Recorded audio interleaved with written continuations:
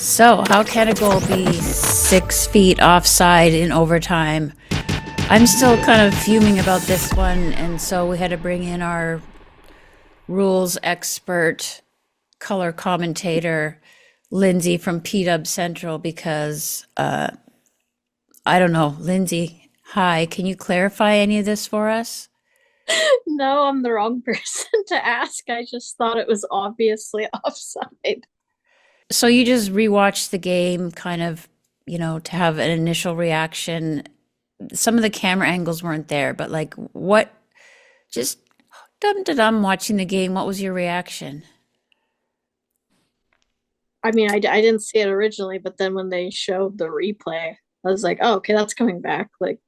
And then as they were like, and it's a good goal. I'm like, Just what? pretty quickly, yeah, without showing a review or like And going I was over. wondering why the announcers weren't being like, oh yeah, that's offside. Oh, that's unfortunate. It's not going to count. But Yes, they didn't say anything. I know. So, conspiracy theory, if you like, it's not. I think it was super confusing. You're right. I think everybody was so surprised that she was so far up the ice that they just watched the goal and went, wow. But immediately, just being TV, you show a replay of the goal and murmurs started happening. And I don't know. I don't know what they showed. The announcers did say, wow, look at that. And then they just kind of carried on celebrating and went off the ice. Like, it was such a good game and so close, and the goaltenders were so good for it to end like that. Yeah, it was a really close game. I did think Toronto played really well. Like they're playing better and better. They're just not getting the result. And then to lose that way, like you got to be pretty frustrated if you're Toronto right now. Yeah. And I don't think it was mentioned in the post game. I would hazard a guess that, there were instructions maybe not to talk about it because, it's a quirk of the rule book from what I'm told that the in overtime and actually for any coach's challenge, offside is specifically excluded, not just not on the list, which I'll bring up a screenshot if I have it. There are certain plays that are reviewable, which would typically be the ones that coaches could also challenge. And I don't know, why would you think offside would be specifically written that offside will not apply in that case, in any of those cases? Yeah, that doesn't really make sense, especially since it's in overtime. Like, is that would apply to playoffs? The way it's written, there's, Oh, that's gonna anger people. Like because you get the camera feed right after that. So then you as a fan are ticked off because you just see that it's offside. Like I will say it's annoying to get an overtime goal and have it called back. Like it just ruins the whole celebration. But if it's that bad, like it's like we saw the one in Minnesota that maybe that wasn't offside, that was a goaltender interference. But yeah, those moments are very awkward for everybody. Put your equipment back on, start skating again. But isn't the yeah. ultimate goal to get it right? Yeah, I mean, I think that's where we're at with hockey is we're trying to get the call right. That was not the right call. I mean, it was just a bad call in general by the linesman because that's not one where it's like, oh, foot skates sort of. No, it's 6 feet. Yeah. On that You can't. play, so if you go back and rewatch the linesman that's on like the left side of the ice, kind of watching the play, has, I think it's the guy, has his arm in the air. And we're thinking that's for potential icing, which pretty quickly you could have seen it's not going to be icing when Jessie Eldridge is the only player who's, up ice going to get there. So the linesman basically has two jobs. One is to watch for potential icing, and the other one is offside. That's why they're called lines people. Watch the lines. One of them's red and two of them are blue. Yeah, because art or I don't know where was Toronto. They were in the middle of a change. Yeah, they made a very bad change. It could Yeah, have it could have been a great play, and it would have been a great play. It just wasn't. Yeah, I don't think they saw her up the ice. Nobody was yelling, and Sarah Fillier made that long bomb pass, which it was all good. I mean, I'm all for it, except, and maybe Jessie Eldridge was feeling the same, like, I got to beat out the icing. There just was this awkward sort of like, what? Even the way like she skated to the goal line from down below and was still the only player within 100 miles.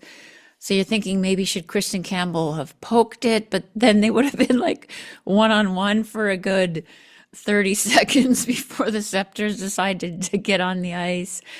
I can laugh now. It's been a couple of days, but it You've was had just it was a great goal, and I love Jessie Eldridge, and normally I would be all for it. But then you go back and you're like, in a game like that, it's 0-0, and both goalies are playing so well, and an extra point is on the line for a team that desperately needs it.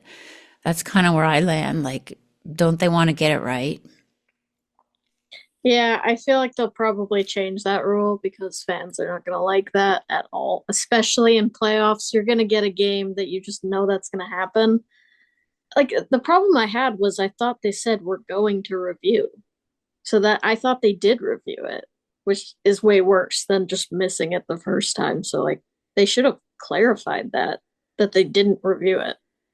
Yeah, yeah. It still has, there's nothing official that's come out to say that except some folks on social media finding the rule book and finding that extra clause. So what must have happened is they went to the booth and somebody just said somebody was actually clued in enough to say that's not on the list of what we can review.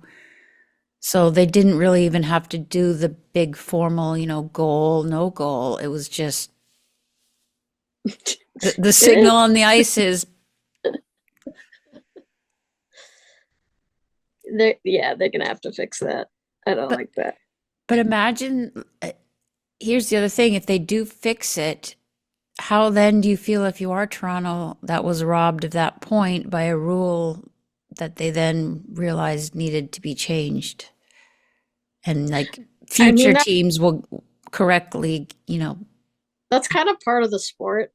Like it just evolves like that. Like I've seen like in the NHL now, they call it a major so they can reduce it. You couldn't do that before. So right, teams just had to give up a 5 minute power play. Like right. that needed to be changed. You're right. So I guess I could go for that. So here's my, I'll wrap this up because I think we've had a look at the replay if I've done my editing job well, but here's my slightly biased solution. Give an extra point to Toronto so that both teams get 2 points for that game. What do you think? don't think that's gonna go over well. But I get it. You guys are desperate right now for points, and like I've seen some of your interviews with the players and stuff. Like they don't seem overly down. Like they're like we're building, we're building. Obviously, they know they're capable of going on a run because they did that last year. So they miss spoons, man. They miss spoons so Really? much. There are a lot of storylines. One of them is that they've not gotten the results really that their play. They should have Mhm. at least 3 or 4 more points if you want to count that Ottawa game or a Oh, couple that more game points. against Ottawa, like Mash stole that. Yeah, so they've come up on the wrong side of a couple of really close outcomes. So, maybe it's just one of those seasons that things don't break their way, but it's only a third of the way through, and 3-point games, you can make up points fast if you go on a little streak. They showed that last year. I don't expect the same thing to happen as dramatically, Yeah. but fourth place, you don't have to finish first, you only have to finish fourth. So, Yeah, they went from last to first yeah, last year, so they could easily get back in the fourth. yeah, yeah. Okay, let's wrap this up. Thanks for joining us, Lindsay. We'll be back to talk whenever there's more controversy. We'll turn to you for some sanity. But don't forget to check out Lindsay, especially on Instagram, PW Central, and on YouTube, and just watch for her highlights and great commentary. Thanks, Thank Lindsay. you. Thanks. See ya.